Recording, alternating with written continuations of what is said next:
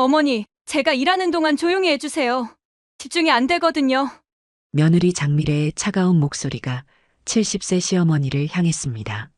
하지만 아들 정호가 들어오는 순간 미래의 표정은 180도 달라졌어요. 여보, 어머니께서 오늘도 잘 지내셨어요? 제가 하루 종일 옆에서 챙겨드렸거든요. 완벽한 며느리 연기였죠. 그런데 이 모든 순간이 손녀 소율의 휴대폰에 고스란히 담기고 있었습니다. 할머니가 라면 하나로 끼니를 때우는 모습, 혼자서 모든 집안일을 하시는 모습, 그리고 아빠 앞에서는 완전히 다른 사람으로 변하는 엄마의 이중적인 모습까지. 며칠 후 소율이 아버지에게 영상을 보여주었을 때 정호는 믿을 수 없었어요. 아빠, 이거 좀 봐주세요. 매일 이런 식이에요. 화면 속에서 펼쳐진 진실 앞에서 정호의 분노가 폭발했는데 과연 이 가족에게는 어떤 결말이 기다리고 있을까요? 영상 시청 전 구독과 좋아요 눌러주세요. 영상을 제작하는데 큰 힘이 됩니다. 새벽 6시 알람이 울리자마자 침대에서 벌떡 일어나는 남자가 있었습니다. 김정호 45세. 20년째 IT 회사에서 근무하는 과장이었죠. 세수를 하고 면도를 하는 동작이 기계처럼 정확했습니다. 매일 반복되는 일상이었거든요. 어머니 박순희는 이미 일어나 계셨습니다. 70세의 나이에도 새벽잠이 없으셨어요. 거실에 앉아 창밖을 바라보며 뭔가 생각에 잠겨 계셨죠. 정호가 거실로 나오자 순희가 고개를 돌렸습니다. 아들아, 오늘도 일찍 나가니? 네, 어머니. 오늘 중요한 프레젠테이션이 있어서요. 몸조리 잘하시고 계세요. 정호의 아내 장미래가 부엌에서 나타났습니다. 42세의 미래는 프리랜서 디자이너로 일하며 집에서 재택근무를 했죠. 여보, 아침 준비했어요. 어머니, 식사하세요. 미래의 목소리는 다정했습니다. 정호가 보기에는 완벽한 며느리였어요. 어머니를 정성스럽게 모시는 모습이 고마웠거든요. 미래야, 고마워. 어머니 부탁해. 오늘 회의가 길어질 것 같아. 걱정 마세요, 여보. 제가 잘 모실게요. 미래는 환한 미소를 지었습니다. 정호는 안심하며 출근 준비를 마쳤죠. 고등학교 3학년인 딸 소율이도 일찍 일어나 온라인 수업 준비를 했습니다. 17세의 소율은 예리하고 관찰력이 뛰어난 아이였어요. 아빠 다녀오세요. 할머니, 오늘도 건강하게 지내세요. 그래, 소율아. 공부 열심히 해라. 할머니가 소율의 머리를 쓰다듬으며 말씀하셨습니다. 정호가 현관문을 나서는 순간까지도 모든 것이 평화로워 보였습니다. 하지만 현관문이 닫히는 소리가 들린 직후 분위기가 급변했어요. 미래의 얼굴에서 따뜻한 미소가 사라졌거든요. 차가운 표정으로 변한 미래가 순이를 바라봤습니다. 어머니, 저 오늘 중요한 클라이언트와 화상회의가 있어요. 조용히 지내주세요. 순이는 깜짝 놀랐습니다. 방금 전까지 다정했던 며느리의 목소리가 완전히 달라졌거든요. 아, 그래. 알겠다. 미안하구나. 미래는 대답도 하지 않고 자신의 작업실로 들어갔습니다. 순이는 혼자 남겨진 거실에서 어리둥절해 하셨어요. 5년 전 남편을 잃고 혼자 지내던 순이는 치매 초기 진단을 받았습니다. 그때 미래가 자청해서 모시겠다고 했었죠. 처음에는 정말 잘해줬어요. 하지만 언제부터인가 정호가 없을 때와 있을 때의 태도가 달라지기 시작했습니다. 위층에 사는 최금수는 68세의 활발한 할머니였습니다. 30년간 같은 아파트에 살며 순이와 절친한 사이가 되었죠. 이날 아침 금순이 베란다에서 빨래를 널고 있었어요. 그때 아래층에서 들려오는 소리가 이상했습니다. 저 집에서 뭔가 분위기가 이상한데? 금수는 귀를 기울였습니다. 평소 순이 집에서는 항상 화목한 대화 소리가 들렸거든요. 하지만 오늘은 뭔가 달랐어요. 미래의 목소리 톤이 평소와 완전히 달랐습니다. 차갑고 날카로웠죠. 금수는 고개를 갸우뚱했습니다. 며느리가 시어머니한테 저런 식으로 말하나? 하지만 확실하지 않아서 그냥 넘어갔어요. 순이는 거실에 혼자 앉아 계셨습니다. 며느리가 변한 지 몇 달째였지만 아직도 적응이 안 되셨어요. 정우 앞에서는 여전히 완벽한 며느리였거든요. 하지만 정우가 없으면 완전히 다른 사람이 되었죠. 점심시간이 되었습니다. 순이는 부엌으로 가서 냉장고를 열어봤어요. 반찬이 별로 없었습니다. 미래가 자신의 것만 준비해뒀거든요. 할 수 없이 찬밥에 김치만 얹어서 드셨죠. 당뇨가 있으셔서 제대로 된 식사를 해야 하는데 말이에요. 미래는 작업실에서 클라이언트와 화상회의를 하고 있었습니다. 디자인 작업에 몰두하며 순이를 완전히 무시했어요. 순이가 화장실 가는 소리만 나도 짜증스러운 표정을 지었습니다. 오후가 되자 미래가 작업실에서 나왔습니다. 어머니, 빨래 좀 개켜주세요. 제가 일하느라 바빠서요. 순이는 당황했습니다. 몸이 아직 완전히 회복되지 않았는데 빨래까지 해야 한다니. 하지만 거절할 수도 없었어요. 알겠다, 며느리야. 순이는 베란다로 나가 빨래를 개기 시작했습니다. 위층 금순이 또다시 이상한 광경을 목격했어요. 순이가 혼자서 많은 양의 빨래를 개고 계셨거든요. 저 할머니가 몸이 안 좋으신데 왜 혼자서 빨래를 다 하고 계시지? 며느리는 뭐 하고 있는 거야? 금수는 점점 의심이 들기 시작했습니다. 저녁 무렵 정호가 집에 돌아왔습니다. 현관문이 열리는 소리를 들은 미래의 표정이 순식간에 밝아졌어요. 마치 스위치를 누른 것처럼 말이죠. 여보, 일찍 오셨네요. 어머니께서 오늘도 잘 지내셨어요. 제가 식사도 잘 챙겨드리고 빨래도 함께 했답니다. 정호는 만족스러워했습니다. 역시 우리 미래가 어머니를 잘 모셔주는구나. 정말 고마워. 어머니, 오늘 하루 어떠셨어요? 몸은 괜찮으시고요? 순이는 복잡한 심정이었습니다. 사실을 말하고 싶었지만 가정의 평화를 위해 참았어요. 그래, 며느리가 잘해준다. 괜찮다. 하지만 순이의 목소리에는 활기가 없었습니다. 예전처럼 밝지 않았어요. 정호는 어머니의 변화를 눈치채지 못했습니다. 바쁜 일상에 치여 자세히 살펴볼 여유가 없었거든요. 저녁 식사 시간에도 미래는 완벽한 연기를 계속했습니다. 어머니, 드시기 편하게 반찬 잘라드릴까요? 당뇨에 좋은 나물 많이 드세요. 정호는 아내의 세심한 배려에 감동했어요. 미래야, 정말 고마워. 어머니를 이렇게 잘 돌봐줘서. 하지만 순이의 그릇에는 다른 사람들보다 훨씬 적은 양의 음식이 담겨 있었습니다. 미래가 일부러 적게 준 것이었죠. 식사 후 정호는 거실에서 TV를 보며 쉬었습니다. 미래는 주방에서 설거지를 하는 척했지만 실제로는 순이에게 시켰어요. 어머니, 설거지 좀 부탁드려요. 제가 내일 아침 일찍 일해야 해서요. 순이는 조용히 고개를 끄덕이고 설거지를 시작했습니다. 아픈 손목으로 그릇을 닦으며 눈물이 날 것 같았어요. 하지만 참았습니다. 금수는 집에서 저녁을 먹으며 아래층을 생각했습니다. 뭔가 이상해. 순이가 요즘 베란다에도 잘 안 나오고 인사할 때도 기운이 없어 보이더라. 혹시 며느리가 잘못 대하는 건 아닐까?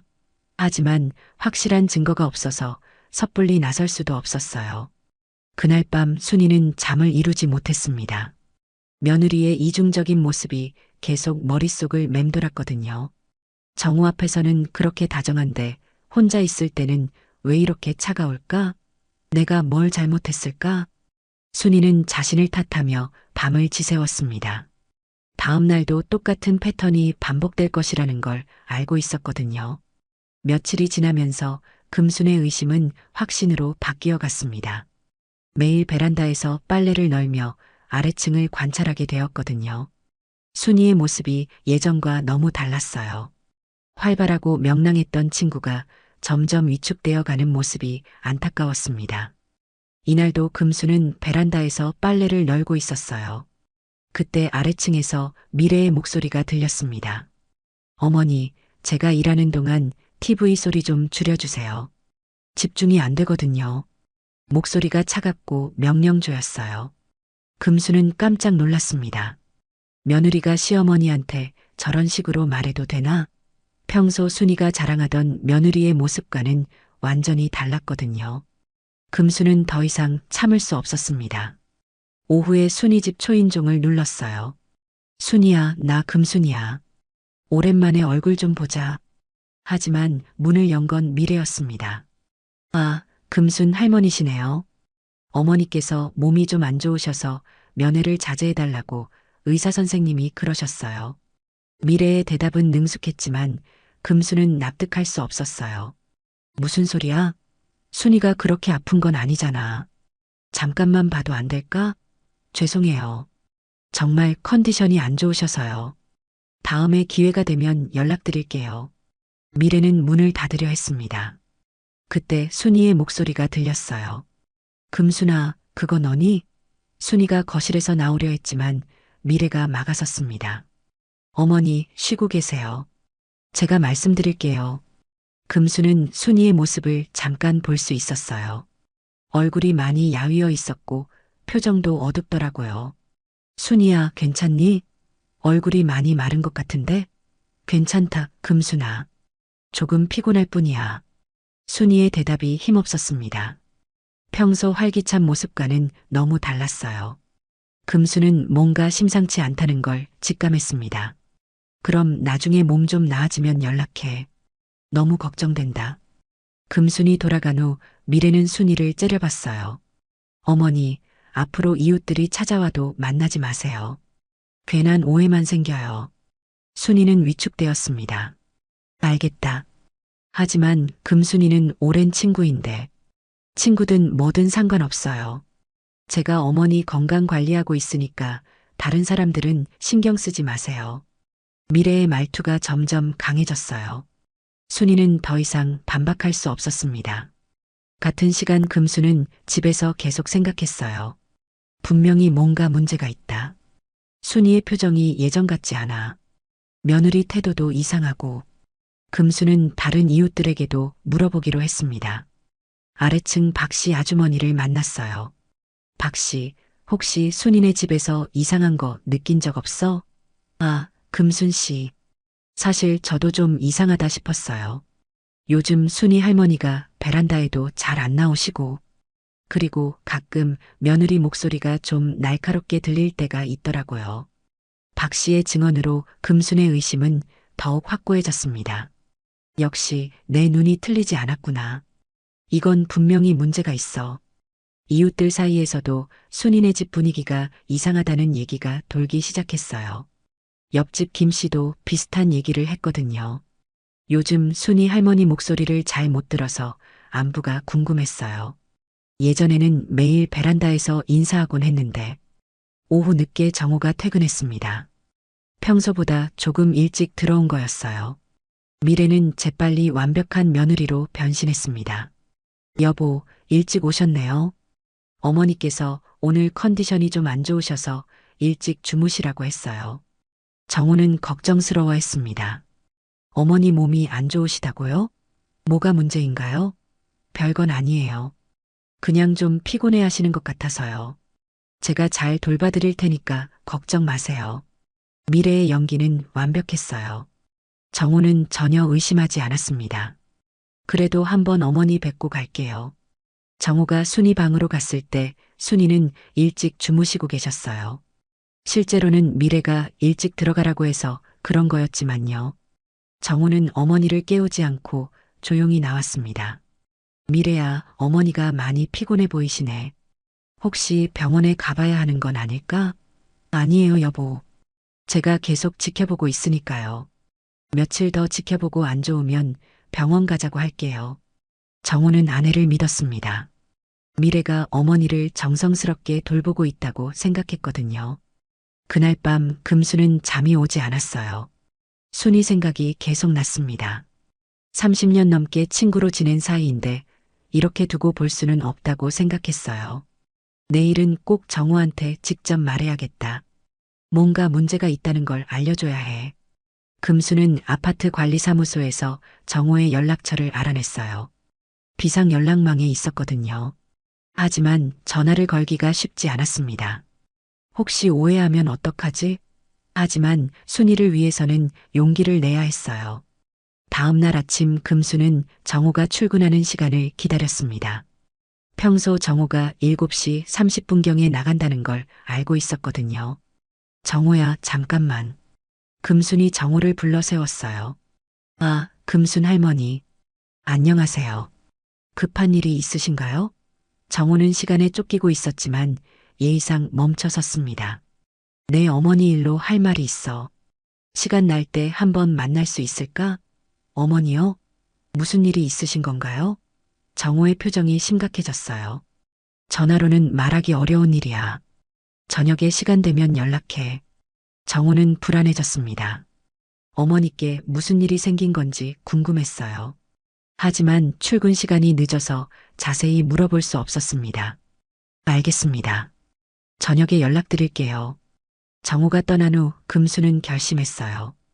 오늘 저녁에는 꼭 모든 걸 말하겠다. 순이를 이대로 둘 수는 없어. 금수는 하루 종일 무엇을 어떻게 말할지 고민했습니다. 정호가 믿어줄지도 걱정되었거든요. 고등학교 3학년인 소율은 온라인 수업 때문에 집에 있는 시간이 많았습니다. 코로나 이후로 집에서 수업을 들을 때가 늘어났거든요.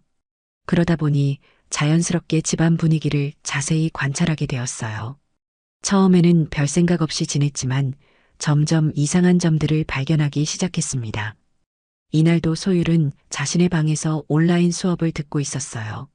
수학 시간이었는데 선생님의 설명이 지루해서 잠깐 딴 생각을 하고 있었습니다. 그때 거실에서 엄마의 목소리가 들렸어요. 어머니, 제가 클라이언트랑 통화하는 동안 조용히 해주세요. 중요한 일이거든요. 소율은 고개를 갸우뚱했습니다. 엄마 목소리가 평소와 달랐어요. 차갑고 짜증스러운 톤이었거든요. 할머니가 뭔가 잘못하신 건가?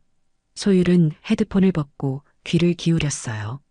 할머니의 대답이 작고 조심스러웠습니다. 알겠다, 미래야. 조심할게. 점심시간이 되어 소율이 부엌으로 나왔어요. 그때 할머니가 혼자 라면을 끓이고 계시는 모습을 봤습니다. 할머니, 라면 드세요? 엄마가 점심 안 해주셨어요? 소율아, 할머니가 라면이 먹고 싶어서 그래. 너는 냉장고에 도시락 있으니까 그거 데워 먹어. 하지만 소율은 이상했어요. 할머니는 평생 라면을 싫어하셨거든요. 나트륨이 많다며 절대 드시지 않던 분이었어요. 할머니, 평소에 라면 안 드시잖아요. 몸에 안 좋다고 하시면서. 순이는 당황했습니다. 손녀 앞에서 거짓말을 하고 싶지 않았거든요. 그냥 오늘은 먹고 싶어서 그래. 별거 아니야. 소율은 할머니의 어색한 표정을 놓치지 않았어요. 분명히 뭔가 숨기고 계신다는 걸 직감했습니다. 할머니 드시는 라면을 보니 물도 많고 면도 퍼져 있었어요. 제대로 끓인 게 아니라 급하게 대충 만든 것 같았습니다. 소율은 냉장고를 열어봤어요. 엄마가 자신을 위해 준비한 도시락은 있었지만 할머니 것은 없었습니다. 엄마는 어디 갔지? 할머니, 엄마는 어디 계세요? 작업실에서 일하고 있어. 중요한 통화라고 하더라. 소율은 작업실 쪽을 바라봤어요. 엄마가 클라이언트와 화상회의를 하는 소리가 들렸습니다. 점심시간인데도 일을 하고 있었어요. 그럼 할머니 점심은 누가 챙겨드리는 거지? 오후에 소율이 간식을 먹으러 부엌에 나왔을 때 할머니가 설거지를 하고 계셨어요. 할머니, 설거지는 제가 할게요. 손목 아프시잖아요. 괜찮다, 소율아. 할머니가 할 수 있어. 하지만 순이의 손목이 떨리는 게 보였어요. 관절염 때문에 아프신 건데 억지로 참고 계신 것 같았습니다. 소율은 점점 의심스러워졌어요. 왜 할머니가 모든 집안일을 하고 계시지? 엄마는 뭐 하는 거야? 소율은 엄마. 작업실 근처에서 들리는 소리를 귀에 깊게 들어봤어요. 클라이언트와의 통화가 끝난 것 같았습니다. 하지만 엄마는 나오지 않았어요. 다른 일을 하고 있는 것 같았죠. 할머니는 거실에서 혼자 TV를 보고 계셨습니다. 소리를 최대한 낮춰서 말이에요. 저녁 무렵 아빠가 퇴근했습니다. 그러자 엄마의 태도가 180도 바뀌었어요. 여보, 오늘 어머니께서 많이 피곤해 하셔서 일찍 주무시게 했어요. 제가 하루 종일 옆에서 챙겨드렸는데 컨디션이 좀 안 좋으시더라고요. 소율은 깜짝 놀랐습니다. 엄마가 하루 종일 할머니를 챙겼다고? 거짓말이었어요. 엄마는 작업실에서 일만 했거든요. 아빠는 엄마의 말을 그대로 믿었어요. 그래, 어머니가 많이 안 좋으신가? 병원에 가봐야 하나? 아니에요. 그 정도는 아니에요. 제가 계속 지켜보고 있으니까 걱정 마세요. 소율은 충격받았습니다.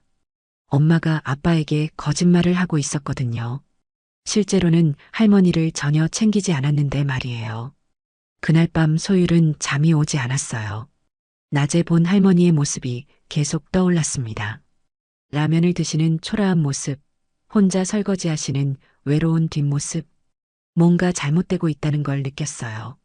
엄마가 할머니를 제대로 돌보지 않는 것 같았습니다. 아니, 돌보지 않는 정도가 아니라 아예 무시하고 있었어요. 다음 날부터 소율은 의도적으로 할머니를 관찰하기 시작했습니다. 온라인 수업 중간중간 몰래 거실을 지켜봤어요. 아빠가 출근한 후 엄마의 행동이 완전히 달라지는 걸 목격했습니다. 어머니, 제가 일하는 동안 너무 시끄럽게 하지 마세요. 집중이 안 되거든요. 엄마의 목소리가 차갑고 명령조였어요. 할머니는 조용히 고개만 끄덕이셨습니다. 소율은 분노가 치밀었어요. 어떻게 할머니한테 저런 식으로 말할 수 있지? 할머니는 환자신데, 치매도 있으시고 당뇨도 있으신데 왜 저렇게 대하지? 소율은 엄마의 이중적인 모습에 실망했습니다. 아빠 앞에서는 완벽한 며느리인 척하면서 뒤에서는 할머니를 홀대하고 있었거든요. 점심시간에도 마찬가지였습니다. 엄마는 자신의 식사만 준비하고 할머니는 신경 쓰지 않았어요. 할머니는 또다시 라면으로 끼니를 때우셨습니다. 소율은 참을 수 없어서 할머니께 다가갔어요. 할머니, 제가 점심 만들어 드릴게요. 라면 말고 제대로 된 식사하세요. 고맙다, 소율아. 하지만 괜찮다. 할머니는 소율에게 폐를 끼치고 싶지 않아 하셨어요. 소율은 부엌에서 간단한 반찬과 밥을 준비해 드렸습니다. 할머니가 정말 고마워하시는 모습을 보니 마음이 아팠어요. 이런 것도 고마워하셔야 하나? 가족인데? 그때 엄마가 작업실에서 나왔습니다. 소율아, 뭐하고 있니? 할머니 점심 해드리고 있어요. 아, 그래. 어머니께서 드시겠다고 해서. 엄마의 대답이 무성의했어요. 할머니가 먹겠다고 한 게 아니라 엄마가 안 해줘서 굶고 계신 거였는데 말이죠. 하지만 소율은 이미 마음을 굳혔습니다. 이 상황을 아빠에게 알려야겠다고 생각했어요. 그런데 어떻게 말해야 할지 고민되었습니다. 아빠가 믿어줄까? 엄마는 아빠 앞에서 완전히 다른 사람이거든. 증거가 필요해. 그날 오후 소율은 중요한 결심을 했습니다. 휴대폰으로 몰래 녹화를 해서 증거를 수집하기로 한 거예요. 마침 다음 날이 토요일이라 온라인 수업도 없었습니다. 완벽한 기회였어요. 소율은 휴대폰을 준비하고 계획을 세웠습니다. 엄마의 이중적인 모습을 영상으로 담아서 아빠에게 보여주겠다고 결심했어요. 할머니를 이대로 둘 수는 없다고 생각했거든요. 일주일 후 치매 전문의 한민우 선생님이 정기 방문 진료를 왔습니다. 50세의 한 선생님은 10년 넘게 순위를 담당해온 주치의였어요. 따뜻하고 세심한 성격으로 환자들 사이에서 인기가 많았습니다. 안녕하세요, 어머님. 오늘 컨디션은 어떠세요? 한 선생님이 순이의 상태를 체크하기 시작했어요. 그런데 뭔가 이상했습니다. 지난달보다 체중이 5kg이나 빠져 있었거든요. 어머님, 체중이 많이 줄으셨네요. 식사는 잘하고 계신가요? 한 선생님의 표정이 심각해졌어요. 미래가 재빨리 대답했습니다. 네, 식사는 잘하고 계세요. 다만 당뇨도 있으시고 해서 식단 조절을 하고 있거든요. 의사가 권한 대로요. 하지만 한 선생님은 뭔가 석연치 않았어요. 식단 조절을 해도 이렇게 급격히 체중이 줄 이유는 없었거든요. 어머님, 하루에 몇 끼 정도 드세요? 식욕은 어떠시고요? 순이가 대답하려는 순간 미래가 끼어들었습니다. 하루 3끼 잘 드세요. 간식도 적당히 드시고요. 식욕도 나쁘지 않으세요. 안 선생님은 순이의 표정을 유심히 관찰했어요. 뭔가 말하고 싶은데 못하는 것 같았습니다. 어머님, 혹시 우울감이나 스트레스는 없으신가요? 요즘 많이 위축되어 보이시는데요. 순이가 입을 열려고 했을 때 미래가 또다시 대답했습니다. 전혀요. 어머니께서 평소보다 더 밝으세요. 제가 항상 옆에서 챙기고 있거든요. 대화하고 산책도 함께 하고요. 안 선생님은 이상함을 느꼈습니다. 보호자가 환자 대신 너무 많이 대답하고 있었거든요. 그리고 순이의 표정과 미래의 말이 일치하지 않았어요. 어머님, 잠깐 혈압 좀 재보겠습니다. 따로 말씀드릴 것도 있고요. 안 선생님이 순이를 별도 공간으로 데려갔어요. 미래는 불안해했지만 따라올 수는 없었습니다. 어머님, 솔직하게 말씀해 주세요. 집에서 식사는 정말 잘하고 계신가요? 안 선생님의 다정한 목소리에 순이는 잠시 망설였어요. 하지만 결국 고개를 저었습니다. 선생님, 사실은 며느리가 너무 바쁘대요. 그래서 제가 알아서 먹고 있어요. 안 선생님은 예상했던 대답이었어요. 어떤 걸 드세요? 라면이나 찬밥으로 때울 때가 많아요. 며느리한테 패 끼치기 싫어서요. 순이의 고백에 한 선생님은 심각해졌습니다. 어머님, 그건 안 됩니다. 당뇨 환자는 규칙적이고 균형 잡힌 식사가 중요해요. 알아요, 선생님. 하지만 어쩔 수 없어요. 며느리도 일이 있으니까. 안 선생님은 순이의 손을 잡았어요. 어머님, 가족에게 솔직하게 말씀하셔야 해요. 건강이 더 나빠질 수 있거든요. 하지만 순이는 고개를 저었습니다. 아들한테 말하면 가정이 깨질까 봐요. 며느리도 나름대로 힘들 텐데. 안 선생님은 안타까웠지만 환자의 의사를 존중할 수밖에 없었어요. 알겠습니다. 하지만 상황이 더 나빠지면 꼭 말씀하세요. 검진이 끝난 후 한 선생님이 미래와 면담을 했습니다. 어머님 상태가 예전보다 안 좋아지신 것 같아요. 특히 영양 상태가 걱정되네요. 미래는 당황했지만 태연하게 대답했어요. 그래요? 저는 잘 챙겨드리고 있다고 생각했는데 뭔가 더 신경 써야 할 부분이 있나요? 식사를 더 신경 써주세요. 치매 환자에게는 영양이 매우 중요합니다. 그리고 스트레스를 받지 않도록 편안한 환경을 만들어 주시고요. 네, 알겠습니다. 더 신경 쓰겠어요. 안 선생님이 떠난 후 미래는 불안해했어요. 의사가 뭔가 눈치챈 것 같았거든요. 혹시 순이가 뭔가 말한 건 아닐까? 같은 시간 금수는 정호와 만날 약속을 잡았습니다. 저녁에 아파트 단지 카페에서 만나기로 한 거예요. 정호는 하루 종일 불안했습니다. 어머니께 무슨 일이 생긴 건지 궁금했거든요. 금순 할머니, 어머니가 어떻게 되신 건가요? 혹시 건강에 문제가 생긴 건가요? 정호의 목소리에 걱정이 가득했어요. 금수는 신중하게 말을 시작했습니다. 정호야, 내 어머니 상황을 좀 알아봐야겠어. 지영이가 어머니를 어떻게 돌보고 있는지 말이야. 정호는 의아해했습니다. 미래가요? 미래는 어머니를 정말 잘 모시고 있는데요. 매일 약도 챙겨드리고 식사도 잘 해드리고. 금수는 한숨을 쉬며 말했습니다. 정호야, 내가 보는 것과 실제 상황이 다를 수 있어. 내 어머니가 요즘 많이 야위셨어. 그리고 예전처럼 활기차지도 않고. 정호는 믿을 수 없다는 표정을 지었습니다. 그럴 리 없어요, 금순 할머니. 우리 미래가 그런 사람이 아닌데. 어머니를 정말 잘 모셔드리고 있어요. 금수는 더욱 자세히 설명했습니다.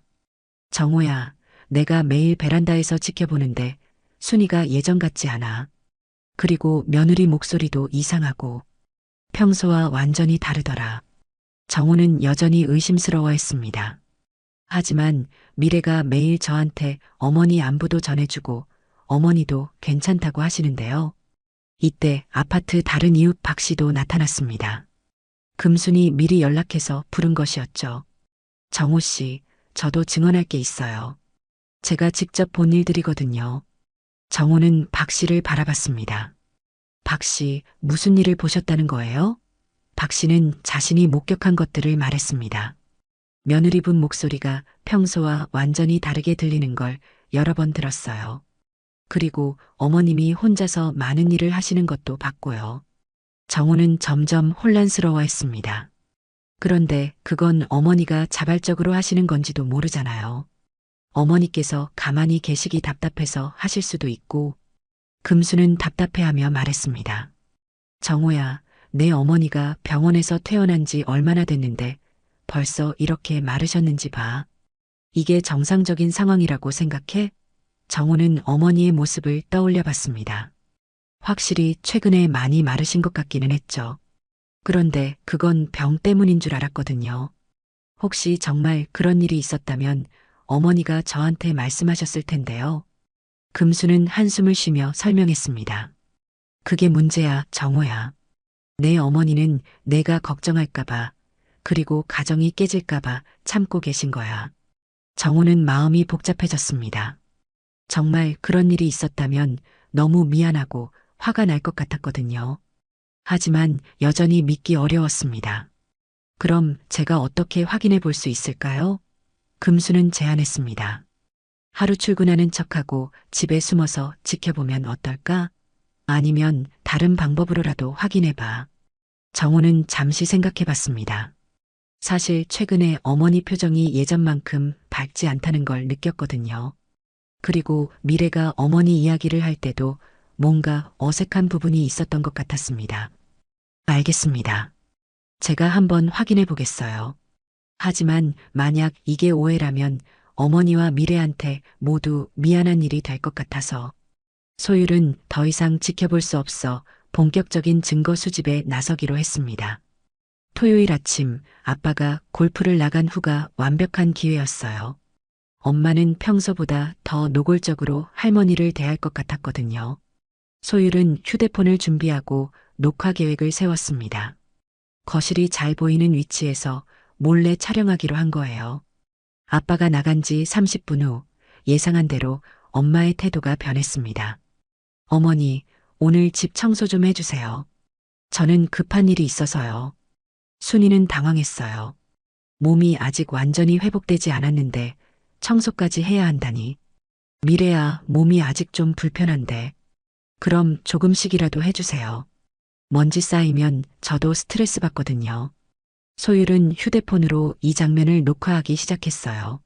엄마의 차가운 목소리와 할머니의 위축된 모습이 그대로 담겼습니다. 할머니가 무릎을 꿇고 바닥을 닦는 모습을 보니 마음이 아팠어요. 70세 노인이 무릎 관절염이 있으신데 저런 자세로 청소를 해야 한다니. 1시간 후 할머니가 어지러워하시며 주저앉는 모습도 카메라에 담겼습니다. 혈당이 떨어진 것 같았어요.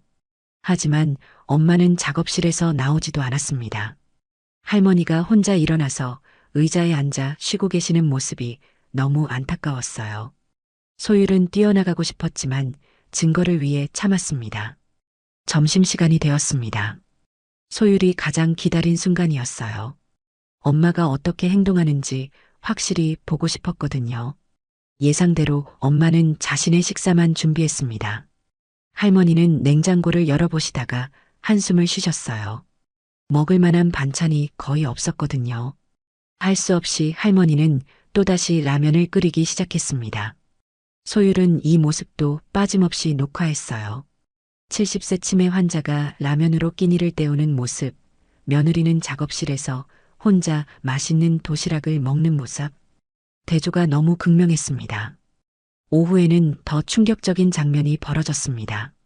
할머니가 빨래를 하려고 세탁기를 돌리자 엄마가 작업실에서 나왔어요. 어머니, 세탁기 소리가 너무 시끄러워요.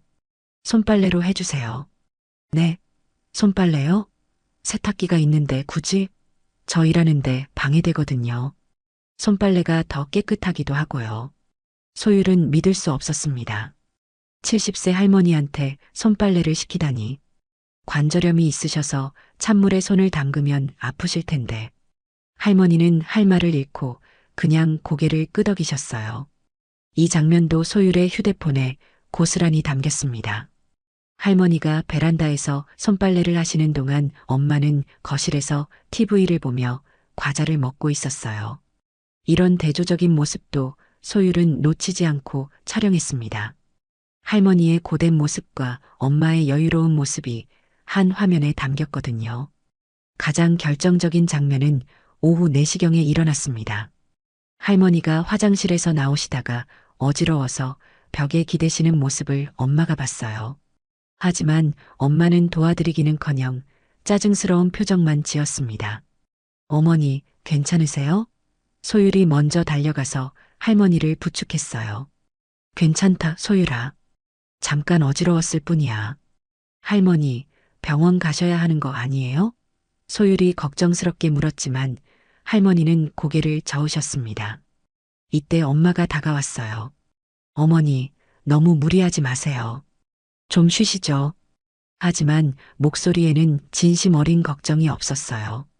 형식적인 말일 뿐이었습니다. 소율은 이 모든 장면을 다각도로 촬영했습니다. 엄마의 무관심한 태도, 할머니의 고통스러운 표정, 그리고 자신이 할머니를 부축하는 모습까지. 이 영상들이면 아빠를 설득할 수 있을 것 같았어요. 저녁 무렵 더욱 가슴 아픈 일이 있었습니다. 할머니가 몰래 당뇨약을 반으로 쪼개어 복용하시는 모습을 목격한 거예요. 할머니, 왜 약을 반으로 쪼개서 드세요? 소율이 조심스럽게 물었습니다. 아, 소율아. 약이 떨어져 가는데 며느리한테 말하기가 그래서. 소율은 충격받았어요. 할머니가 약값 때문에 걱정하고 계신 거였습니다. 엄마는 자신의 화장품이나 옷은 거리낌 없이 사면서 할머니 약값은 신경 쓰지 않는 것 같았어요. 할머니, 아빠한테 말씀드려요. 약은 꼭 제대로 드셔야 해요. 아니다, 소율아. 아빠한테 부담 주고 싶지 않아. 할머니의 말에 소율은 더욱 마음이 아팠습니다. 그날 저녁 아빠가 골프에서 돌아왔을 때도 엄마는 또다시 완벽한 연기를 했어요. 여보, 오늘 어머니께서 집 정리도 도와주시고 정말 고마웠어요. 제가 일이 좀 많았는데 도움을 많이 받았답니다. 소율은 이 거짓말도 듣고 있을 수 없었어요. 도움을 받은 게 아니라 할머니를 부려먹은 거였는데 아빠는 엄마의 말을 믿고 할머니께 고마워했습니다. 어머니, 몸 안 좋으신데 고생 많으셨어요. 너무 무리하지 마세요. 괜찮다, 아들아. 이 정도는 할 수 있어. 할머니는 아들 앞에서도 진실을 말씀하지 못했어요. 그날 밤 소율은 촬영한 영상들을 정리했습니다. 총 2시간 분량의 영상이 있었어요. 엄마의 이중적인 모습, 할머니의 고된 하루, 그리고 아빠 앞에서의 거짓말까지. 모든 증거가 갖춰진 거죠. 하지만 아빠에게 보여주기가 쉽지 않았어요. 가족이 깨질 수도 있으니까. 소율은 위층 금순 할머니가 생각났습니다. 며칠 전부터 할머니를 걱정하시는 것 같았거든요. 혹시 금순 할머니와 상의해 볼까 하는 생각이 들었어요. 어른의 조언이 필요했습니다. 다음 날 일요일, 소율은 금순 할머니를 찾아갔습니다. 할머니, 저희 할머니 일로 상의 드릴 게 있어요. 금순은 소율을 반겨 맞았어요. 그래, 소율아. 무슨 일이니? 소율은 촬영한 영상을 보여드렸습니다. 금수는 영상을 보며 분노했어요. 이게 뭐야? 이런 일이 벌어지고 있었다고? 소율아, 이걸 내 아빠한테 당장 보여줘야 해. 하지만 소율은 망설였습니다. 그런데 할머니, 가족이 깨지면 어떡해요? 그리고 아빠가 충격받으실 것 같아서. 금수는 소율의 어깨를 잡고 말했습니다. 소율아, 이건 더 이상 숨길 수 없는 일이야. 내 할머니 건강이 더 나빠지기 전에 말해야 해. 금순의 말에 소율은 결심했습니다. 내일 아빠에게 모든 걸 보여주기로 한 거예요. 할머니를 위해서라면 용기를 내야 했습니다. 월요일 저녁 소율은 마침내 용기를 냈습니다. 아빠가 퇴근해서 저녁을 먹고 거실에서 쉬고 있을 때였어요. 엄마는 작업실에서 일하고 있었고 할머니는 일찍 주무시고 계셨습니다. 완벽한 타이밍이었죠. 아빠, 잠깐 시간 있으세요? 할머니 일로 보여드릴 게 있어요. 정호는 딸의 진지한 표정을 보고 고개를 끄덕였어요. 그래, 소율아. 무슨 일이니? 소율은 휴대폰을 꺼내 토요일에 촬영한 영상을 재생했습니다. 아빠, 이거 좀 봐주세요. 화면에 나타난 건 엄마가 할머니에게 차가운 목소리로 청소를 시키는 모습이었어요. 정호의 표정이 점점 굳어졌습니다. 이게 뭐야? 소율아, 이건 언제 촬영한 거니? 토요일에 아빠가 골프 가신 후에요. 매일 이런 식이에요. 정호는 믿을 수 없다는 표정으로 영상을 계속 봤습니다. 할머니가 무릎을 꿇고 바닥을 닦는 모습, 라면으로 끼니를 때우는 모습, 손빨래를 하시는 모습이 차례로 나왔어요. 그리고 가장 충격적인 장면은 할머니가 당뇨약을 반으로 쪼개서 드시는 모습이었습니다. 정호는 주먹을 꽉 쥐었어요. 어떻게 이런 일이? 내가 전혀 모르고 있었다니. 아빠, 할머니가 얼마나 힘들어 하시는지 아세요? 엄마는 아빠 앞에서만 좋은 며느리인 척해요. 소율의 말에 정호는 더욱 분노했습니다. 미래가 이렇게까지 할 줄은 몰랐거든요. 정호는 영상을 보며 자신이 얼마나 무관심했는지 깨달았어요. 어머니가 점점 말수가 적어지시고 웃음이 사라져가는 것도 모두 이 때문이었구나. 이때 마침 금순 할머니가 찾아왔습니다. 소율이 미리 연락드린 거였어요. 정호야, 소율이가 영상 보여줬니? 네, 금순 할머니. 정말 충격적이네요. 이런 일이 우리 집에서 벌어지고 있었다니. 금순은 고개를 끄덕였어요. 나도 며칠 전부터 이상하다 싶었거든. 순이가 예전 같지 않더라. 금순은 정호에게 자신이 목격한 것들을 더 자세히 설명했습니다. 베란다에서 들리는 미래의 차가운 목소리, 순이의 위축된 모습, 그리고 다른 이웃들도 느꼈던 이상함까지 말이죠. 정호는 영상을 다시 보며 생각했습니다. 최근에 어머니가 많이 마르신 것도, 표정이 어두워진 것도 모두 이 때문이었구나. 미래가 어머니를 이렇게 대하고 있었는데 나는 전혀 눈치채지 못했어. 아빠, 이제 어떻게 하실 거예요? 소율이 조심스럽게 물었습니다. 정호는 분노와 자책감이 동시에 밀려왔어요. 자신이 믿고 있던 완벽한 가정이 사실은 거짓이었다는 현실이 받아들이기 어려웠거든요. 정호는 작업실에 있는 미래를 불렀어요. 미래야, 잠깐 나와봐. 우리 얘기 좀 하자. 미래가 나오자 정호는 휴대폰 화면을 보여줬습니다. 이게 뭐야? 미래의 얼굴이 순식간에 하얗게 질렸어요. 화면에는 자신이 순이에게 차갑게 대하는 모습이 고스란히 담겨 있었거든요. 여보, 이건 오해가 있을 수 있어요. 오해? 내가 직접 봤는데 무슨 오해야? 정호의 목소리가 높아졌어요. 어머니가 무릎 꿇고 바닥 닦는 게 오해야? 라면으로 끼니 때우시는 게 오해야? 미래는 당황하며 변명하기 시작했습니다. 여보, 제가 일이 너무 많아서 그랬어요. 어머니께서 도와주신다고 하셔서. 도와주신다고? 내가 시킨 거잖아. 정호는 분노를 참을 수 없었어요. 미래는 계속해서 발뺌했습니다. 정말 어머니께서 자발적으로 하신 거예요. 제가 억지로 시킨 적 없어요. 하지만 영상은 모든 걸 보여주고 있었어요. 미래가 명령조로 일을 시키는 모습, 순이가 위축되어 따르는 모습까지 말이죠. 정호는 영상 속 할머니의 모습을 보며 가슴이 미어졌어요. 어머니가 그렇게 조심스럽게 눈치를 보시며 사셨구나. 금순이 끼어들었습니다. 미래야, 이제 그만해. 영상에 다 나와 있잖니. 내가 순이를 어떻게 대했는지 우리 모두 봤어. 미래는 더 이상 변명할 수 없다는 걸 깨달았어요. 영상이라는 확실한 증거 앞에서는 어쩔 수 없었거든요. 이때 순이가 소음을 듣고 방에서 나오셨습니다. 무슨 일이니? 왜 이렇게 시끄럽지? 정호는 어머니를 보며 마음이 아팠어요. 어머니의 야윈 모습과 지친 표정이 더욱 선명하게 보였거든요. 어머니, 제가 모든 걸 알았어요. 미래가 어머니를 어떻게 대했는지 말이에요. 순이는 당황했습니다. 아들에게 알려지는 것을 가장 두려워했었거든요. 아들아, 그건. 어머니, 왜 말씀 안 하셨어요? 이렇게 힘들게 지내고 계시면서. 정호의 목소리에 안타까움이 가득했어요. 아들한테 걱정 끼치고 싶지 않아서 그랬다. 그리고 며느리도 나름대로 힘들 텐데 뭐. 순이는 여전히 미래를 감싸려 했어요. 그런 어머니의 모습에 정호는 더욱 죄책감을 느꼈습니다. 순이의 말에 정호는 더욱 화가 났습니다. 어머니는 이렇게 이해해 주시는데 미래는 뭘 한 거야? 미래는 순이 앞에 무릎을 꿇었어요. 어머니, 정말 죄송해요. 제가 너무 이기적이었어요. 하지만 순이는 복잡한 심정이었습니다. 며느리가 무릎 꿇는 모습을 보니 오히려 마음이 무거웠거든요. 일어나거라, 미래야. 이미 벌어진 일인데 어쩌겠니? 하지만 정호는 쉽게 용서할 수 없었어요.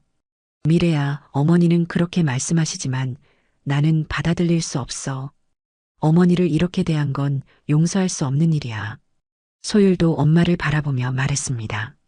엄마, 할머니가 얼마나 힘들어 하셨는지 알아요? 약도 아껴서 드시고 계셨어요. 미래는 눈물을 흘리며 대답했어요. 정말 미안해. 나도 모르게 스트레스 때문에 그런 거였어. 하지만 정호는 변명을 듣고 싶지 않았어요. 스트레스?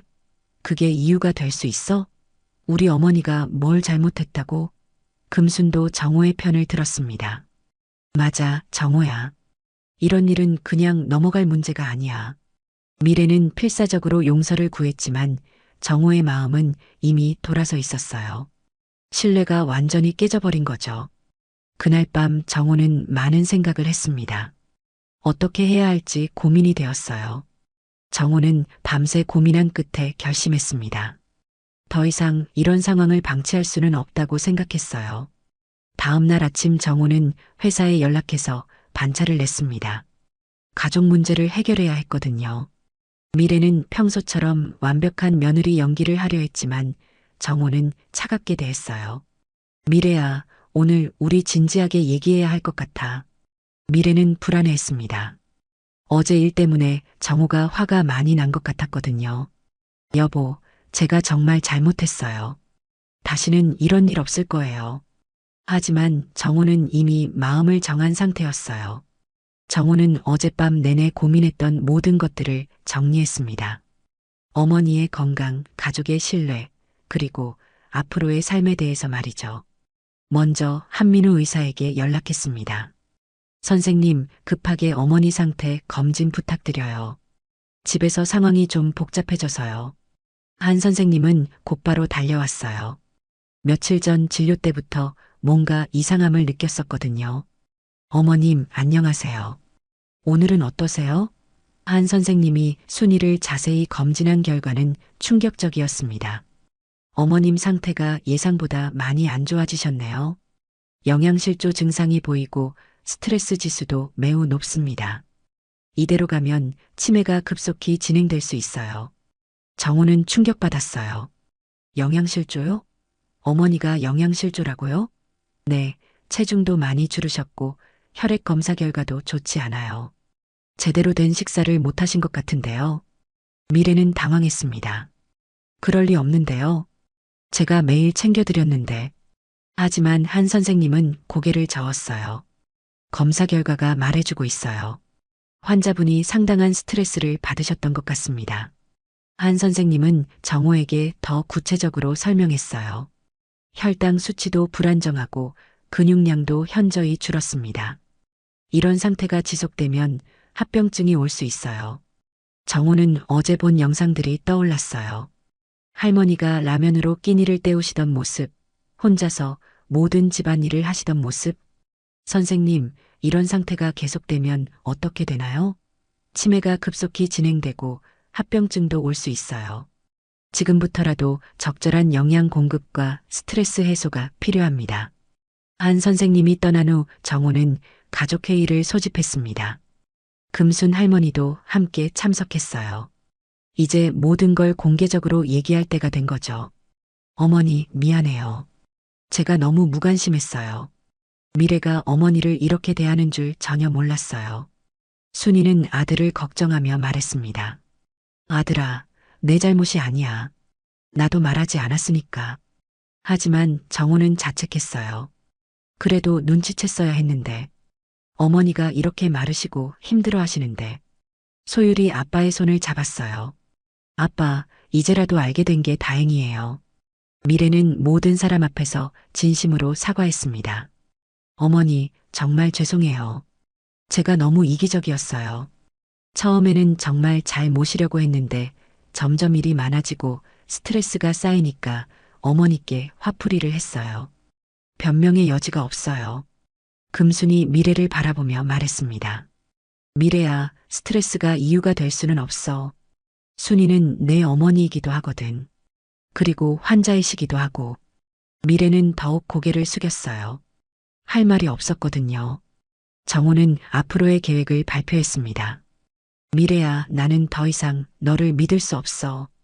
어머니를 이렇게 대한 사람과 함께 살 수는 없어. 미래는 깜짝 놀랐어요. 여보, 그게 무슨 말이에요? 이혼하자는 거예요? 그래. 신뢰가 깨진 관계는 회복하기 어려워. 순이는 아들의 결정이 너무 극단적이라고 생각했어요. 아들아, 그렇게까지 할 필요는 없지 않겠니? 며느리가 잘못을 인정했잖니. 하지만 정호는 이미 마음을 굳혔습니다. 어머니, 저는 미래를 더 이상 믿을 수 없어요. 어머니를 이렇게 대한 사람과 어떻게 가정을 꾸려나가겠어요? 소율도 아빠의 편을 들었어요. 엄마, 할머니가 얼마나 힘들어 하셨는데요. 이런 일이 또 생길까봐 무서워요. 미래는 바닥에 주저앉으며 울부짖었습니다. 여보, 제발 한 번만 더 기회를 주세요. 정말 다시는 이런 일 없을 거예요. 하지만 정호의 마음은 굳어져 있었어요. 특히 의사가 말한 영양실조와 스트레스 진단이 결정적이었습니다. 어머니 건강이 이 정도로 나빠질 때까지 방치한 건 용서할 수 없었어요.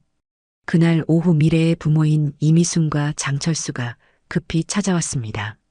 딸의 상황을 듣고 달려온 거였어요. 정호야, 우리 딸이 정말 잘못했다. 하지만 한 번만 더 용서해 줄 수 없을까? 미래 어머니가 눈물을 흘리며 사정했지만 정호는 마음을 바꾸지 않았어요. 어머님, 죄송하지만 더 이상 함께 살 수 없어요. 신뢰가 완전히 깨졌거든요. 미래 아버지도 나섰어요. 정호야, 우리가 미래를 다시 교육시킬 테니까 한 번만 더 기회를 줘봐. 하지만 정호의 결심은 변하지 않았어요. 이미 선을 넘은 일이었거든요. 금순이 조언했습니다. 정호야, 내 결정을 존중해. 하지만 이혼 절차는 신중하게 해. 순이를 위해서도 안정적인 환경이 필요하거든. 정호는 고개를 끄덕였어요. 네, 알겠습니다. 어머니를 우선으로 생각하겠어요. 미래의 부모도 연락을 받고 찾아왔습니다. 딸의 잘못을 사과하며 용서를 구했지만 정호의 마음은 바뀌지 않았어요. 이미 신뢰가 완전히 깨져버린 상태였거든요. 며칠 후 정호는 어머니와 단둘이 살 수 있는 새 집을 구했습니다. 크지는 않지만 깨끗하고 어머니가 생활하기 편한 곳이었어요. 병원과도 가깝고 금순 할머니 집과도 멀지 않은 곳으로 골랐습니다. 어머니, 이제 새로 시작해봐요. 제가 어머니를 제대로 모시겠어요. 순이는 복잡한 심정이었습니다. 아들아, 내가 이혼까지 할 필요는 없었는데. 아니에요, 어머니. 제가 진작 알아챘어야 했는데 너무 늦었어요. 앞으로는 제가 직접 챙기겠어요. 소율도 새 출발을 다짐했어요. 아빠, 할머니, 우리 셋이서 행복하게 살아요. 제가 할머니 많이 도와드릴게요. 이혼 절차는 빠르게 진행되었습니다. 미래가 자신의 잘못을 인정했고 재산 분할 등의 이의를 제기하지 않았거든요. 마지막까지 용서를 구했지만 정호의 마음은 돌릴 수 없었어요. 이혼이 성사된 지 3개월이 지났습니다. 정호는 회사에서 재택근무를 늘리고 어머니를 직접 돌보기 시작했어요. 처음에는 서툴렀지만 점점 요령이 생겼습니다. 어머니, 오늘 약은 드셨죠? 혈당 체크도 해야 하고. 순이는 아들의 정성스러운 돌봄에 감동했어요. 그래, 아들아. 내가 이렇게 챙겨주니까 마음이 든든하다. 한민우 의사의 정기 검진 결과도 놀라웠습니다. 어머님 상태가 정말 많이 좋아지셨네요. 체중도 늘고 혈색도 좋아지고 가족의 사랑이 최고의 치료법이라는 걸 다시 한번 확인했어요. 정호는 기뻤습니다. 정말 다행이에요, 선생님. 앞으로도 더 잘 챙기겠어요. 한 선생님은 정호의 변화에도 놀랐어요. 정호 씨도 정말 달라지셨네요. 어머니를 돌보는 모습이 전문 간병사 못지않아요. 정호는 웃으며 대답했어요. 제가 당연히 해야 할 일이에요. 소율이도 할머니와 더 많은 시간을 보내게 되었어요. 수능이 끝난 후에는 할머니와 함께 옛날 앨범을 정리하며 추억을 나눴습니다. 할머니, 이 사진은 언제 찍으신 거예요? 아, 그건 내 아빠가 어렸을 때야. 정말 개구쟁이였지. 소율은 할머니의 옛날 이야기를 들으며 가족의 소중함을 느꼈어요. 소율은 대학 입학을 앞두고 있었지만 할머니와 떨어져 지내는 것이 걱정되었어요. 할머니, 제가 대학 가면 많이 외로우실 것 같아요. 괜찮다, 소율아. 내가 공부 열심히 하는 게 할머니한테는 가장 기쁜 일이야. 금순 할머니도 자주 찾아와서 순이의 회복을 지켜봤습니다. 순이야, 정말 많이 좋아졌구나. 얼굴에 생기가 돌아왔어. 그럼 금순아, 아들이 이렇게 잘 돌봐주니까 몸도 마음도 건강해졌지. 두 할머니는 다시 예전처럼 베란다에서 인사하며 안부를 나누었어요. 이웃들도 순이의 변화를 알아봤습니다. 박씨 아주머니가 말했어요. 순이 할머니, 요즘 정말 밝아지셨네요. 아들분이 잘 모시는 것 같아서 보기 좋아요. 한 선생님도 가끔 안부차 들렀습니다. 어머님, 건강 상태가 정말 좋아지셨네요. 가족의 돌봄이 이렇게 중요한 거예요. 순이는 감사하게 생각했어요. 그동안 많은 분들이 도와주셨어요. 정말 고마워요. 치매 진행도 현저히 늦춰져서 일상생활에 큰 지장이 없을 정도였습니다. 한 선생님은 정호에게 조언했어요. 이 상태를 유지하시면 어머님께서 오래도록 건강하게 지내실 수 있을 거예요. 정호도 어머니와 함께하는 시간이 소중했어요. 퇴근 후 어머니와 함께 저녁을 먹고 TV를 보며 대화하는 시간이 행복했거든요. 어머니, 오늘 하루 어떠셨어요? 몸은 괜찮으시고? 좋았다, 아들아. 금순이도 왔다 갔고 소율이도 같이 산책했어. 정말 행복한 하루였어. 정호는 어머니와 함께 요리도 배우기 시작했어요. 어머니가 좋아하시는 음식들을 직접 만들어 드리고 싶었거든요. 어느 날 저녁 정호는 어머니와 함께 동네 공원을 산책했습니다. 벤치에 앉아 쉬면서 대화를 나누는 시간이었죠. 어머니, 제가 이제야 깨달았어요. 진짜 가족이 뭔지 말이에요. 순이는 아들의 말에 고개를 끄덕였어요. 그래, 아들아. 가족은 함께 있을 때 행복한 사람들이지. 서로를 아끼고 돌보는 것이 가족이야. 정호는 어머니의 말에 깊이 공감했습니다. 맞아요, 어머니. 저는 그동안 정말 중요한 걸 놓치고 살았던 것 같아요. 어머니와 이렇게 함께 할 수 있는 시간이 얼마나 소중한지 이제야 알겠어요. 미래와의 결혼 생활이 무너진 것은 안타까웠지만 어머니를 제대로 모실 수 있게 된 것은 다행이었죠. 순이의 71세 생신날이 되었습니다. 정호와 소율은 정성스럽게 생신상을 차렸어요. 금순 할머니와 한민우 의사도 초대받아 함께 생신을 축하했습니다. 순이야, 이제 정말 행복해 보이는구나. 어머님, 상태가 정말 좋아지셨어요. 이런 분위기에서 계속 지내시면 더욱 건강해지실 거예요. 생신상에는 순이가 좋아하는 음식들로 가득했어요. 정호가 직접 만든 미역국, 소율이 준비한 나물들, 그리고 당뇨에 좋은 특별 케이크까지. 어머니, 71세 생신을 축하해요. 앞으로도 건강하게 오래오래 함께해요. 고맙다, 아들아. 엄마가 이렇게 행복할 줄 몰랐다. 생신 선물로 정호는 어머니께 새 옷을 선물했어요. 소율은 직접 만든 사진첩을 드렸죠. 가족의 추억이 담긴 특별한 선물이었습니다. 생신상을 받으며 순이는 눈물을 흘렸어요. 몇 달 전까지만 해도 라면으로 끼니를 때우던 자신이 이렇게 정성스러운 대접을 받을 줄 몰랐거든요. 진정한 가족의 사랑이 무엇인지 다시 한번 느꼈습니다. 정호는 그날 밤 일기를 썼습니다. 오늘 어머니 생신을 맞아 정말 행복한 하루를 보냈다. 어머니의 웃음소리를 듣고 건강한 모습을 보니 정말 기쁘다. 이제야 깨달았다. 진짜 가족은 함께 있을 때 행복한 사람들이구나. 어머니와 함께 할 수 있는 시간이 얼마나 남았을지 모르지만 하루하루를 소중히 여기며 살아야겠다. 몇 달 후 정호는 어머니와 함께 제주도 여행을 다녀왔습니다. 순이가 젊었을 때 가보고 싶어 했던 곳이었죠. 어머니의 건강 상태도 좋아졌고 의사의 허락도 받았거든요. 어머니, 제주도 어떠세요? 공기도 좋고 경치도 예쁘죠? 정말 좋다, 아들아. 이렇게 너와 함께 여행 올 수 있을 줄 몰랐어. 꿈만 같다. 제주도에서 찍은 사진들은 소중한 추억이 되었어요. 정호는 어머니의 행복한 모습을 보며 뿌듯했습니다. 이제야 진정한 효도가 무엇인지 알게 되었다고 생각했거든요. 거창한 것이 아니라 함께 시간을 보내고 마음을 나누는 것이 진짜 효도였어요. 여행에서 돌아온 후에도 모자의 행복한 일상은 계속되었습니다. 매일 아침 함께 식사하고 저녁에는 산책하며 주말에는 영화를 보거나 시장을 보러 다니는 평범하지만 소중한 일상이었죠. 소율도 대학에 합격한 후 더욱 할머니와 가까워졌어요. 소율은 간호학과에 진학해서 나중에 할머니를 더 잘 돌볼 수 있게 되었다며 기뻐했습니다. 금순과 한 선생님도 가끔 찾아와 이들의 행복한 모습을 지켜봤습니다. 정말 보기 좋네요.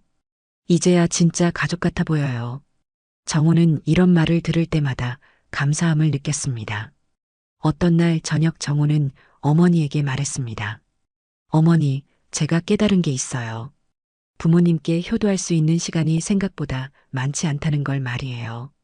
그래서 하루하루가 더 소중하게 느껴져요. 순이는 아들의 말에 고개를 끄덕였어요. 그래, 아들아. 엄마도 내가 이렇게 생각해 주니까 정말 행복하다. 우리 앞으로도 건강하게 오래오래 함께 지내자. 정호는 어머니를 꽉 안으며 말했습니다. 네, 어머니. 제가 어머니를 끝까지 잘 모실게요. 그날 밤 정호는 창문 밖을 바라보며 생각했어요. 부모님께 효도할 시간이 얼마나 남았을까? 하지만 중요한 건 시간의 길이가 아니라 함께하는 순간순간을 얼마나 소중히 여기느냐는 것이다. 이제야 그 의미를 알게 되었습니다. 어머니와 함께하는 이 시간들이 인생에서 가장 소중한 순간들이라는 것을 말이에요. 진정한 가족에는 완벽함이 아니라 서로를 이해하고 사랑하려는 마음에서 시작된다는 것을 깨달았습니다. 오늘 이야기가 좋으셨다면 구독과 댓글, 알람 설정 잊지 마시고 소중한 댓글 하나가 정말 큰 힘이 됩니다. 시청해주셔서 진심으로 감사드립니다.